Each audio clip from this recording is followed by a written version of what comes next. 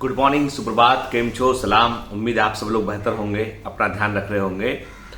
आप में से कई सारे लोगों ने, जब मैं भी एक दिल्ली में मैरिज पार्टी में गया हुआ था, मतलब मैरिज रिसेप्शन में मैं गया हुआ था, तो आप में से कई सारे लोगों ने मेरे डांस की तारीफ की है व्यंग की स्टाइल में कि सर गोविंदा वाला डांस, सर आपका ये रूप, ठीक है। अरे यार, क्या होता है जब कभी किसी फैमिली फंक्शन में जाओ ना, इस तरह के फंक्शन में, तो सारे लोग बोलते हैं भैया डांस करो, धक्का मार मार के आगे करते हैं। तो फिर क्या होता है कि 2-4 स्टेप सीखने पड़ते हैं, जो बारात वाला डांस। देखो, हमको कोई डांस वांस नहीं आता, हम कोई डांसर वांसर नहीं है, ठीक है। हमको आता है बारात वाला डांस, ठीक है, जिसमें कि कोई भी स्टेप नहीं देखे जाते हैं, सिर्फ म्यूजिक के साथ में ऐसे ऐसे हाथ हिलाया जाता है, बस वही हमको आता है ना। तो हमसे एक उच्च कोटि का डांसर, अब हम कोई ऋतिक रोशन तो है नहीं, है ना, वो तो उच्च कोटि का डांसर होने की उम्मीद मत कीजिए, ठीक है ना। हमारा मेन काम है पढ़ाना, ठीक है, मरीजों की को देखना, पेशेंट्स का इलाज करना, वो हमारा मेन काम है। हमारा मेन काम जो है वो डांस करना नहीं है। इसलिए आप हमें ऋतिक रोशन से या गोविंदा से, या मैं क्या बोलूं यार, अभी कौन नए डांसर्स कौन है, जे टाइगर श्रॉफ से, इनसे कंपेयर मत करो भाई, है ना, ठीक है। हम हैं पुराने जमाने में, नहीं तो बहुत पुराने जमाने में वो धर्मेंद्र डांस किया करते थे, ऐसे ऐसे ऐसे करके, ठीक है, वो वाले डांसर हैं हम, ठीक है। अब तुम्हारी जिन लोगों ने जो है गीतेंद्र सर ने डांस किया, उसकी तारीफ की है जेन्युइनली, तो थैंक यू वेरी मच। और जिन लोगों ने व्यंग के साथ तारीफ की ना, तो बेटा तुम भी आओ, जरा सिलेक्ट होके आना, फेलिसिटेशन सेरेमनी में आना, सिलेक्ट हो पहले, उसके आना, फिर तुमसे डांस कराता हूं मैं, फिर देखता हूं कि तुम्हें कितने स्टेप आते हैं, हाँ ठीक है। और नहीं तो क्या, अभी मतलब खैर भारती अच्छा डांस करती, लेकिन वहां यार जितने लोग थे ना दिल्ली में उस मैरिज पार्टी में, जबरदस्त डांसर सारे लोग, मुझे तो लगता था फुल टाइम यही काम करते क्या वो लोग, है ना, इतना अच्छा डांस करते हैं। खैर फिर मजे की बात बताऊं, जब मैं दिल्ली गया ना, तो आपको बताओ कि वहां पे बहुत सारे रिलेटिव थे, चूंकि वो भारती की कजिन सिस्टर हैं और उनके ससुराल वाले। आपको बताओ कि मेरा परिचय जो है लोगों ने कैसे दिया, आप सुनिए, मैं आपको बता रहा हूँ बड़ी पते की बात की डॉक्टर होने का क्या फायदा होता है। जैसे ही किसी ने गाड़ी बाहर टच की है, तो ये गाड़ी साफ करते हैं ना, तो उसमें वो लगे होते हैं सेंसर्स। खैर, तो मैं आपको बता रहा था, ये बड़ा डिस्टर्बेंस है भाई, भारी, है ना। तो मैं आपको जो बता रहा था कि कैसे बोलूं अब यार, ये बोलने पहले ये तो चलो ठीक है, हम अपना कॉन्सेंट्रेट करते हैं अपनी बात पर। तो मैं आपको बता रहा था कि जब मैं वहां पहुंचा, तो जैसे जो फूफा जी हैं भारती के, जो एक्चुअली वो जो जिनकी मैरिज थी, वो भारती के फूफा जी बुआ जी की डॉटर है उनके। तो जो फूफा जी हैं, उन्होंने मेरा परिचय कराया शेल जो उनकी भारती की सिस्टर है, उनके ससुर जी से, कि ये वो मुंबई वाले डॉक्टर साहब हैं, जब आपको कोविड हुआ था ना, तब आपका इन्होंने इलाज किया था, ठीक है, इन्हीं से कंसल्ट किया था पूरे। और वो लोग रहते हैं दिल्ली में कहीं रहते हैं, लेकिन ये उस समय आपको पता है कोविड की सेकेंड वेव के दौरान तो जो है वो क्राइसिस मची हुई थी, हर कहीं कुछ अवेलेबल ही नहीं था। तो उन्होंने फिर मुझे बताया कि डॉक्टर साहब, आपसे हमने कंसल्ट किया था उस समय में, तो हमारे पूरे परिवार ने आपका ही इलाज लिया है, और by the grace of God सभी लोग जो है वो सुरक्षित रहे, किसी को कुछ हुआ नहीं, है ना। और रात भी आपको हमने परेशान किया। तो मुझे अच्छे ध्यान है कि शेल ने यूएसए से मुझे बार बार फोन करा करती थी वो, है ना। शेल को शेल मैडम से कंफ्यूज मत करना आपके, शेल मैडम बहुत रिस्पेक्टेड है, वो भाई हमारी भी टीचर रही है। ये शेल जो है नाम सेम है, पर ये भारती की सिस्टर है। तो शेल ने मुझे यूएसए से भी कई बार फोन किया कि मेरे जो उनके फादर इन लॉ है, उनको ऐसा प्रॉब्लम हो रहा है, मदर इन लॉ को प्रॉब्लम हो रहा है। तो मैंने तब उस दौरान काफी कंसल्ट किया उन लोगों को। तो वहां जितने लोग थे ना, वहां सारे लोग में से हर व्यक्ति को भी मुंबई वाले डॉक्टर साहब, एक अलग तरह का रिस्पेक्ट जो है वो दिया गया उसमें। वो रिस्पेक्ट देखिए, दामाद होने के कारण तो रिस्पेक्ट मिलते ही, लेकिन ये कि वैसा रिस्पेक्ट जो होता है ना कि एक डॉक्टर, फिर कुछ लोगों ने अपनी मेडिकल प्रॉब्लम के बारे में भी बात किया, उन्होंने अलग अलग चीजें पूछी उन्होंने, है ना। डायबिटीज के बारे में कुछ लोग पूछते रहे, मेडिकल मुंबई में कैसा, मतलब हॉस्पिटल्स के बारे में, कैंसर के बारे में। तो मतलब डॉक्टर होने का अपना एक अलग वेटेज होता है। मैंने कहा ना कि डॉक्टर होना जो है वो, हमारे पास कोई पावर नहीं होती। डॉक्टर्स के पास किसी एक आईएएस अफसर है, वो ये पावर है, आईपीएस अफसर है, पावर है, उसके पास में नेता है तो बहुत पावर है। डॉक्टर के पास होता है ज्ञान, और हर आदमी उस ज्ञान में जो है वो चाहता है कि उस ज्ञान में से कुछ वो हिस्सा वो शेयर कर दो, आप उसको कुछ बतला दो उसको आप, ठीक है। तो खैर, तो मैं ये नहीं बोल रहा हूँ कि मैं कोई महान व्यक्ति हूँ, मैं ये बोल रहा हूँ कि प्रोफेशन एक नोबिलिटी की तरफ रहता है। जब आप मेडिकल के लिए जाते हैं ना, तो आपको ये समझना होगा कि आप जो है वो, आप बहुत सारे लोग जो है वो आपसे मुश्किल वक्त में आपसे बहुत उम्मीद रखते हैं, ठीक है। अभी हाल ही में एक किस्सा घटा कि मेरे एक कमांडर हैं, बहुत मेहनत करते हैं, बहुत बच्चों के साथ में बटालियन के कमांडर हैं, बहुत मेहनत करते हैं, ठीक है, very sincere, very good student. लेकिन शायद उनके किसी कमांड पोस्ट के अंदर उन्होंने कोई ऐसा, नॉर्मल जो बच्चे बात करते हैं, ऐसा कोई वर्ड लिखा उन्होंने, जिस वर्ड को लेकर मैंने कहा कि नहीं, ये वर्ड आपने जो भी लिखा है वो है कि आप एक डॉक्टर बनने वाले, तो अब आपको अपना जो लैंग्वेज है उस पर पूरा फुल कमांड आपका होना चाहिए, आप क्या बोल रहे हैं आप, ठीक है।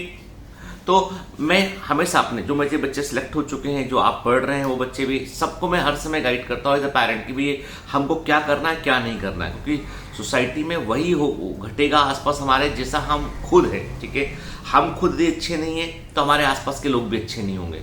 हर व्यक्ति यदि अपने आप को इम्प्रूव करेगा तो आसपास सब लोग इम्प्रूव होंगे, ठीक है। चलिए, आज मैं आपको गौतम बुद्ध की एक कहानी सुनाऊंगा कि गौतम बुद्ध जो है उनके मतलब मैं ये कहानी क्यों सुनाने वाला हूँ, ये सुनाने वाला इसलिए क्योंकि मुझे ऐसा लगता है कि हम लोग बायोमेंटर्स में हमारे पास जो भी रिसोर्सेज हैं, जो भी रुपया पैसा आता है बायोमेंटर्स में, उसका हम बहुत सोच समझ कर इस्तेमाल करते हैं, कि उसका हम यूज करते हैं, तो उस पॉइंट ऑफ व्यू से यूज करते हैं हम, जिससे कि जो है वो सबके लिए विन विन सिचुएशन हो, ठीक है। जैसे कि हम जो है वो डायरेक्ट, जैसे आपको पता ही है कि गूगल बहुत बड़ी कंपनी है, तो हम ये बहुत सारे ऐड देने की बजाय हम कुछ गिव अवे देने की कोशिश कर रहे हैं, हम कुछ हम जो है वो बच्चों के लिए करने की कोशिश कर रहे हैं, हम के कुछ हम ऐसा करने की कोशिश कर रहे हैं जिससे कि दूसरों को, बच्चों को फायदा हो और बायोमेंटर्स को भी फायदा हो, ठीक है। वैसी कोशिश कर रहे हैं, क्योंकि हमें लगता है कि हर रुपया जो है वो यहाँ पर, I am not the owner of the institute, I am the trustee of the institute, तो मुझे हर चीज का बड़ा गुरुकुल बन रहा है, अभी काम बहुत बाकी, परमिशन में बहुत रोड़े होते हैं उसमें, ठीक है। बिल्डिंग कॉन्ट्रैक्टर जो है वो बोलते हैं जितना टाइम है उससे वो टाइम 1.5 गुना लगा देते हैं, तो खैर बहुत सारे इश्यूज चल रहे हैं। तो हम लोग हर एक चीज का बड़ा सोच समझ कर इस्तेमाल करते हैं, मतलब हम लोग चीजों को रेट को नेगोशिएट भी करते, सब कुछ करते, क्यों करते। इस पर मुझे गौतम बुद्ध की एक कहानी पढ़ने मिली हाल ही में, कि गौतम बुद्ध के आश्रम में जो है वो कई सारे शिष्य आया करते थे, जब भी वो ध्यान कराते थे, वो कुछ उनको प्रवचन दिया करते थे। एक शिष्य कुछ दिनों से आना बंद हो गया था, वो उनका रेगुलर शिष्य था, अक्सर रोज आया करता था। कभी उसने गौतम बुद्ध से बात नहीं की, कभी बुद्ध ने उससे बात नहीं की, पर बुद्ध उसे देखा करते थे कि ये बैठता है यहाँ पे और बैठकर प्रवचन को सुनता है, पूरे मग्न होकर सुनता है।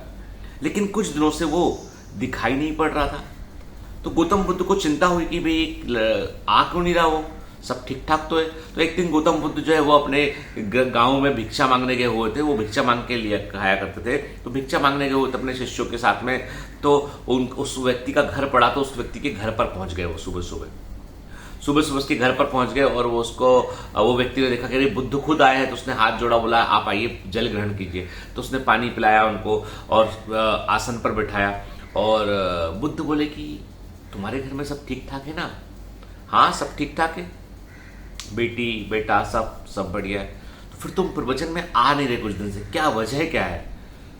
तो वो थोड़ा सकुचाया, संकोच किया, उसने कहा नहीं बताओ तुम क्या वजह है। तो मैं उस वजह पर, मतलब मैं सब तुमसे कारण जानना चाहता हूँ, भगवान बुद्ध बोलते हैं। तो बोलता है कि साहब समस्या ये है कि मेरे वस्त्र जो है, यदि आप गौर से मुझे देखें, मेरे वस्त्र कई जगह पर फट चुके हैं, मेरे कपड़े कई जगह पर फट चुके हैं, बहुत सारे पेबंद लगे हुए हैं, बहुत सारे उसमें जो है वो कपड़ों के पैच लगे हुए हैं। अब मुझे बाहर जाने में शर्म आती है, और मुझे लगता है कि मैं गरीब हूँ, मानता हूँ मैं, लेकिन मैं गरीबी का प्रचार और प्रसार करना नहीं चाहता हूँ मैं, इसलिए मैं प्रवचन के लिए नहीं आ पाया हूँ, क्योंकि मेरे पास और मेरे पूरे परिवार के कपड़े जो है बहुत खराब हो चुके हैं, क्योंकि इस साल फसल भी नहीं हुई है अच्छे से, सूखा पड़ गया था, और आप घर में पैसे नहीं है, तो खाएं कि हम कपड़े बनवाएं। तो बुद्ध कहता ठीक है कोई बात नहीं ना, तो बुद्ध फिर चले जाते हैं वहां से। अगले दिन प्रवचन के बाद बुद्ध अपने एक अमीर शिष्य को, जो कोई सेठ का बेटा होता है, उसे वो रोकते हैं, 2 मिनट तुम रुकना। सब चले जाते हैं, अकेले में बात करते हैं, बोलते हैं कि देखो मैं तुमसे कभी कुछ नहीं मांगा हूं, पर आज मैं तुमसे कहता हूं कि तुम जो है 2 जोड़ी वस्त्र, 2 जोड़ी कपड़े इस के यहां पहुंचा दो। तो वो तो हाथ जोड़ के खड़ा था। सेठ का बेटा बोलता है कि अरे बुद्ध ने पहली बार कुछ बोला है, कुछ करने के लिए बोला है। तो वो क्या करता है, वो पता लगाता है कि भाई उसके यहाँ उस आदमी व्यक्ति की वाइफ भी है, 2 बच्चे भी, सबके लिए वो 2-2 जोड़ी कपड़े जो है वो एक पोटली में पैक करा के भिजवा देता है। तो उसके पास वो वस्त्र पहुंच जाते हैं। अगले दिन वो आदमी जिसके पास कपड़े की प्रॉब्लम थी वो अगले दिन प्रवचन सुनने आता है। बुद्ध देख के बड़े खुश होते हैं। बुद्ध बोलते तुम रुकना, हम तुमसे बात करेंगे। तो सब चले जाते हैं तो उससे पूछते बुद्ध कि आप सब ठीक है? बोलते हैं कि प्रभु आपने भगवान बुद्ध आपने जो है वो मेरी समस्या का समाधान कर दिया है और मेरे बच्चे बीवी सब बहुत खुश हैं। तो बुद्ध बोलते हैं कि अच्छा ये बताओ तुम्हें कुछ और तो नहीं चाहिए? तो उन्होंने कहा नहीं, हमें कुछ और नहीं चाहिए, बाकी सब है ईश्वर का दिया, आपके आशीर्वाद सब कुछ है, कुछ और नहीं चाहिए। बोले अच्छा ये बताओ कि तुम्हारे पुराने वस्त्रों का तुमने क्या किया? तो वो बोलता है कि पुराने जो कपड़े थे वो कपड़ों को हमने जो है वो उनको सिलकर हमने गोदड़ी बना ली है। बच्चों के सोने के लिए गद्दा बनता, पतला गद्दा बनता, गोदड़ी बना ली हमने, क्योंकि हमारी पुरानी वाली गोदड़ी काफ़ी पुरानी हो चुकी थी। तो हमने वो उनको फेंका नहीं, हमने उनको रीयूज़ किया, हमने उसकी गोदड़ी बना ली। अच्छा, तो फिर पुरानी गोदड़ी का तुमने क्या किया? पुराने वाले गोदड़ी मतलब होता है पतला वाला गद्दा। तो पुरानी गोदड़ी या पुराने गद्दे का तुमने क्या किया? उसको हमने पर्दों के रूप में, घर में धूल आया करती थी, हमने पर्दों के रूप में उसको जो है वहां पर टांग लिया हमने। ठीक है, फिर तुमने पुराने पर्दों का क्या किया? उन्होंने कहा वो पुराने पर्दे काफी पुराने हो चुके थे, तो हमने उन पर्दों से जो है वो हमने उन्हें काट कर जो है छोटे छोटे रुमाल बना लिए हैं, और हम जब कभी गर्म बर्तन उठाते हैं, कोई काम करते हैं, तो वो रुमाल हम यूज करते हैं। तो बुद्ध पूछते अच्छा पुराने रुमालों का क्या किया तुमने? बोला पुराने रुमाल भी बहुत पुराने हो चुके थे, तो हमने उन पुराने रुमालों को जो है वो पोछे के कपड़े में बदल दिया, हमने पोछे का कपड़े के रूप में यूज कर रहे हैं। तो अच्छा बताओ पोछे के कपड़े का तुमने क्या किया? बोला पोछा कपड़ा तो इतना खराब हो चुका था कि वो तार तार हो गया था वो। तो हमने क्या किया, हमने उसके धागों को निकाला, सावधानी से धागे निकाले, थ्रेड निकाले, और उससे हमने जो है वो बत्तियां बना ली। बत्ती समझते हैं आप, जो दीपक में जो लगती है कॉटन की जो बत्ती लगती है, ठीक है, वो बना ली हमने। ठीक है, तो हमने जो है वो प्रकाश के लिए जो है हमने वो दीपक की बत्ती जो होती है वो बना ली हमने। ठीक है, और वो अभी शाम हो चुकी भगवान, तो यहाँ पर भी हमने बत्तियां आपको दी हुई हैं। तो कुछ बत्तियां मेरी वाली वो जो पोछे की बत्तियां यहाँ पे जल रही हैं दीपक के अंदर। तो भगवान बुद्ध बहुत खुश होते हैं, बोलते हैं, उससे कहते हैं कि देखो ये है कि हर चीज का रीयूज होना चाहिए, कोई भी चीज वेस्टेज नहीं होना चाहिए, क्योंकि कुछ भी व्यर्थ नहीं होता है। आज जो सबसे खराब कपड़ा तुम्हारा पोछे का कपड़ा जो तार तार हो चुका था, वो भी प्रकाश देने के काम आ रहा है, वो प्रकाश दे रहा है। वो तुमने हर चीज को रीयूज किया तो ताकि वो चीज कभी व्यर्थ ना जाए। हम अपने जीवन में सबसे बड़ी चीज, अब आप सुनना इस बात को, बुद्ध की इस कहानी में कितने सार छिपे हैं। पहला तो ये है कि आप के पास जो कुछ भी है उसका आप रीयूज करें, क्योंकि रीयूज करेंगे तो उससे क्या होगा, उससे वेस्टेज जनरेट नहीं होंगे, अवशिष्ट पदार्थ जनरेट नहीं होंगे। क्योंकि आज जो पॉल्यूशन की सबसे बड़ी समस्या है ना, वो इसलिए कि कुछ चीजों को हम एक बार यूज करते हैं, फेंक देते हैं, वो डस्टबिन में जाती है, वहां से कचरा घर के अंदर जाती है, वो प्लास्टिक की थैलियां हुई, बहुत सारी ऐसी चीजें हैं जिनका हम जो है इनको रीयूज करने के बजाय उनको फेंक देना पसंद करते हैं। और वो कोई भी चीज जो है बगैर कॉस्ट के नहीं आती है, everything comes with a cost, हर चीज की अपनी एक कॉस्ट होती है। तो इसलिए रीयूज करने से हम उस कॉस्ट को भी जस्टिफाई कर पाते हैं और हम पॉल्यूशन की समस्या से भी निपट सकते हैं। दूसरी बात यह है कि कुछ भी व्यर्थ नहीं होता है, सबसे खराब चीज भी व्यर्थ नहीं होती, वो भी किसी ना किसी काम आती है। तो इंसान तो कभी व्यर्थ हो ही नहीं सकता है। यदि आप सोचते हैं कि बाकी सभी लोगों के सामने में आप जो है वो कमजोर हैं, कमतर हैं, तो याद रखिएगा आप कमतर नहीं है। सबसे खराब कपड़ा सबसे बड़ा काम कर रहा था, वो दीपक के रूप में जल रहा था और लोगों को उजियारा दे रहा था। कोई ठोकर खा के नहीं गिरता था, सांप बिच्छू कीड़ों से सावधान रहा करता था, दीपक जल रहा है, दिख रहा है सब आसपास। तो मतलब ये है कि व्यर्थ की भी वैल्यू होती है, याद रखना इस बात को। ये गौतम बुद्ध की शिक्षा मुझे बड़ा अच्छा लगता है जब मैं कभी बुद्ध के बारे में पढ़ता हूँ और कुछ ऐसी चीज़ें सीखने मिलती हैं जो जीवन से जुड़ी होती हैं, तो वो सब सुन के जो है वो बड़ा अच्छा लगता है। आप में से कई लोगों ने मुझे कश्मीर फाइल्स के ऊपर लिंक भेजे हैं, वीडियोस भेजे हैं। मैं बिल्कुल इस बात से मैं इत्तेफाक रखता हूँ कि जो हुआ उस समय वो एकदम गलत था। सरकार चाहती तो बहुत कुछ इम्प्रूव कर सकती थी, गवर्नमेंट ने पता नहीं क्यों क्या किस तरीके से डिसाइड किया चीज़ों को, लेकिन उसको लेकर आज को हमारे वर्तमान को अफेक्ट कर रहा, पास्ट को लेकर, ये मैं कहीं से भी जो है वो उस डिवाइसिव पॉलिटिक्स को मैं सपोर्ट नहीं करता हूँ, जहाँ पर कि हम पूर्वजों की गई गलती या ऐसी गलतियां जो सच में भयानक हैं, बुरी हैं, उन गलतियों से हम अपने आज को, हम उसकी आँच से हम अपने आज को प्रभावित करें, आज हम जो है एक दूसरे के प्रति वैमनस्य रखें, इसको मैं सपोर्ट नहीं करता हूं। लेकिन ये बात बिल्कुल सही है कि जो हुआ वो गलत था, नहीं होना चाहिए था। सरकार के पास ताकत होती है, सब कुछ होता है, वो उसे रोक सकती थी, लेकिन जो हुआ उसकी काली परछाई हमारे वर्तमान को और हमारे भविष्य को अफेक्ट नहीं करना चाहिए। तो इसीलिए मेरी आप सबसे प्रार्थना है कि कोई भी तरह की डिवाइसिव पोस्ट को, किसी भी तरह की हैटर्ड वाली पोस्ट को मुझे फॉरवर्ड ना करें, ना किसी और को फॉरवर्ड करें। देखो बेटा, अतीत सबक सीखने के लिए होता है, अतीत भविष्य को बुरा करने के लिए नहीं होता। अतीत से ये मालूम चलता है कि क्या बुरा हुआ था और क्या नहीं होना चाहिए था, तो वर्तमान में हम सावधान रह के वो स्टेप आगे ले सकते हैं कि हाँ ये बुरा नहीं होना चाहिए। लेकिन वर्तमान को अतीत के समान बना देना, उससे झुलस जाना उसकी आग से, वो कहीं से भी जो है वो एक्सेप्टेबल नहीं है। तो मेरा कहने का मतलब ये है कि घृणा से सिर्फ घृणा बढ़ती है, प्रेम से प्रेम बढ़ता है। Have a great day, all the best, bye bye.